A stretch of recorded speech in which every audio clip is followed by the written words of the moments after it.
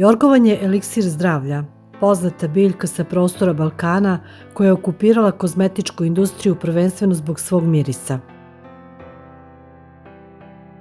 U lekovite svrhe jorgovan se priprema i kao čaj. Smatra se da ima veoma moćno lekovito dejstvo, pa se čak koristi kao pomoćno lekovito sredstvo u borbi protiv malarije.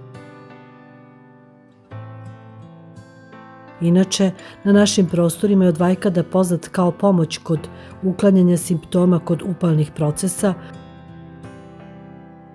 kao pomoć kod visoke temperature i kao pomoć kod stomačnih problema.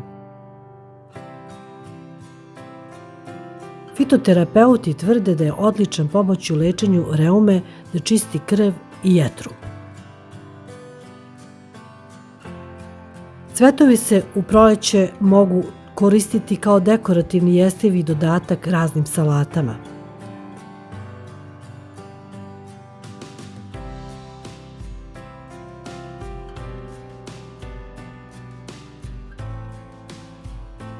Čaj se priprema tako što se jedna ravna kašičica suvih cvetova prelije sa 2 decilitra vrele vode i odstoji 10 minuta.